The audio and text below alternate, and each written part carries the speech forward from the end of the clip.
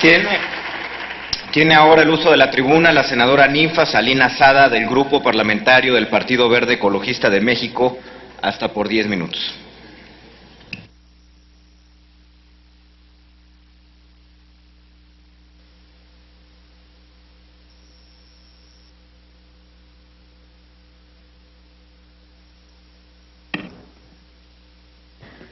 Con su venia, señor presidente.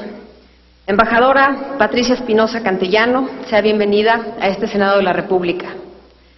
Compañeros senadores, el día de hoy corresponde hacer un análisis de la glosa del 6º informe de gobierno en materia de política exterior.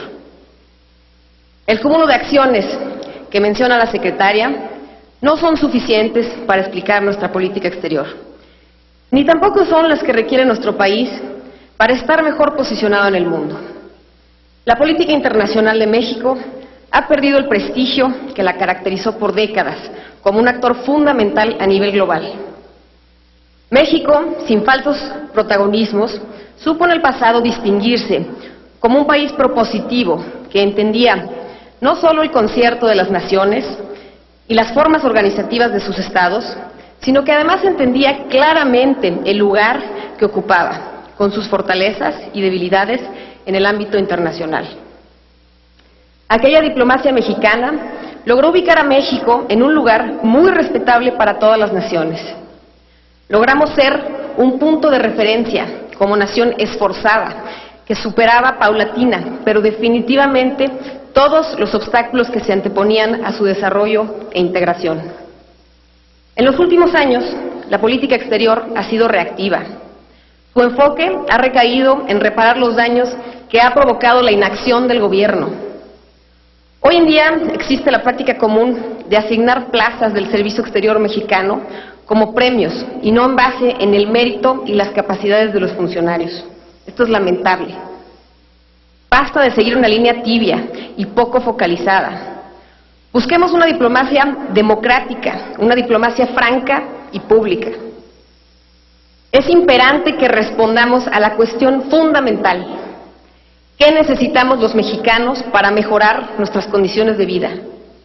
¿Cómo vinculamos nuestras políticas internacionales con las necesidades apremiantes de generar oportunidades en el país?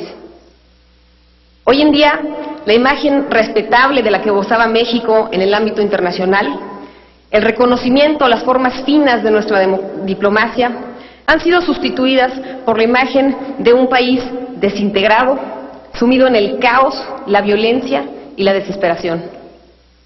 ¿Qué me dice, señora secretaria, sobre la percepción internacional de que México se encuentra en un estado de guerra?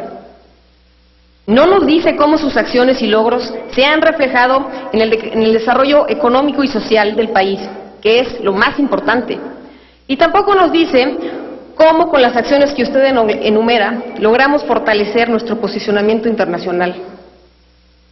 Después de escuchar su discurso y revisar sus logros, tengo que decirle, canciller, con respecto al G20, si bien fuimos el primer país en América Latina en tener la presidencia de dicho mecanismo, los acuerdos logrados se enfocaron al rescate de las economías europeas y a la recapitalización del Fondo Monetario Internacional. Sirve saber cómo es que este resultado trae beneficios directos para México. Porque ser parte del Grupo G20 debería de ayudar a nuestra propia lucha contra la pobreza y la desigualdad.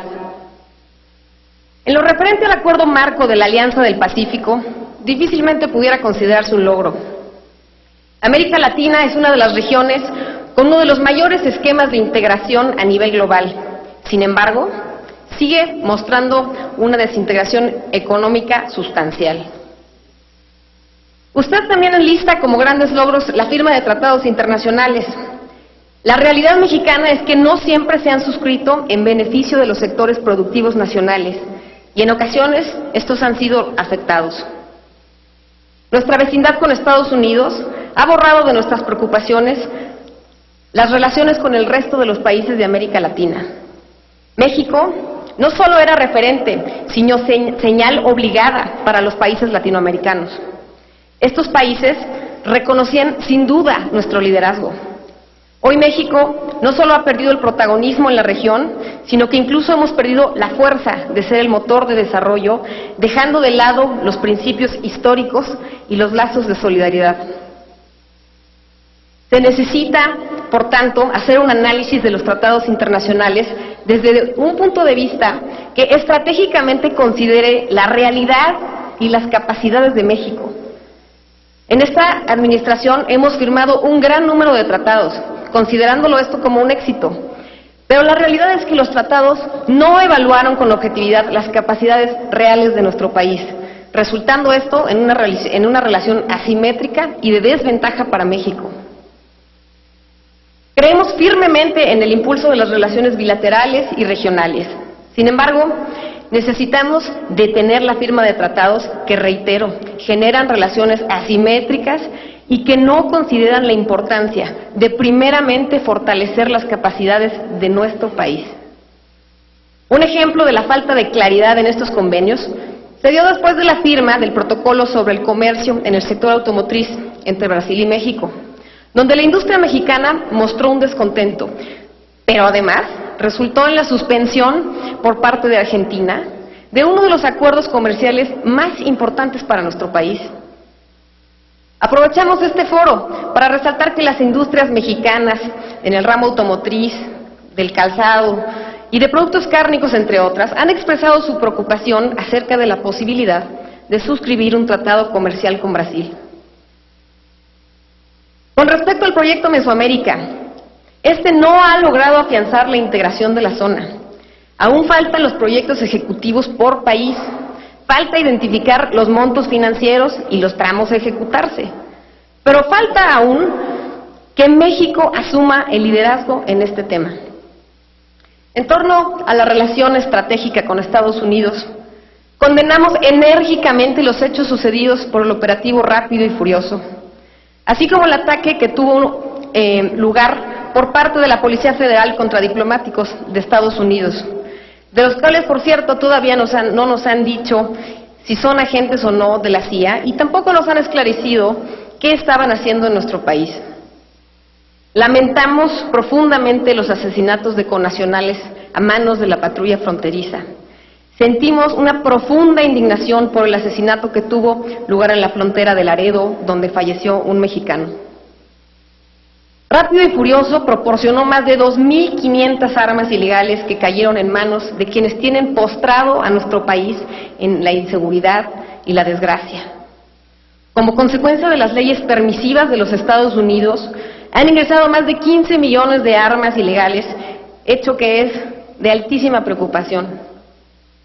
La criminalidad en México ha aumentado debido a la venta indiscriminada de armas largas, así como el creciente tráfico de enervantes, producto de la enorme demanda que hay para estos en Estados Unidos, lo que resulta en miles de muertos de este lado de la frontera.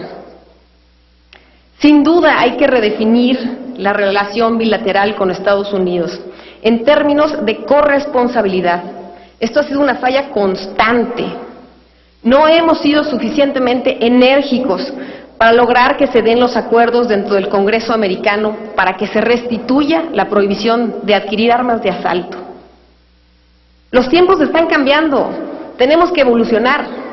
Por ejemplo, ahora la participación de la sociedad civil ha sido más activa que nunca. La Caravana por la Paz muestra una nueva cara de la gente. Gente que toma un rol proactivo ante la inacción del gobierno en este proceso de combate ante la inseguridad. Gente que marcha y llega a Estados Unidos para ser escuchados por los gobiernos locales de dicho país. Y lo anterior solo refleja la frustración y la desesperanza del pueblo de México. Quiero resaltar la necesidad de incluir a la sociedad civil en nuestra política exterior. Hay que escuchar su voz, hay que entender sus necesidades y considerar sus propuestas. En la política migratoria no hemos logrado alcanzar los estándares mínimos de repatriación segura, ordenada, digna y humana de nacionales mexicanos y de los miles de migrantes que radican en nuestro país. No hay que perder de vista que existen agresiones psicológicas, morales, físicas en las estaciones migratorias. Asimismo, es necesaria la efectiva implementación de la Declaración Conjunta México-Estados Unidos sobre la prevención de la violencia en la región fronteriza.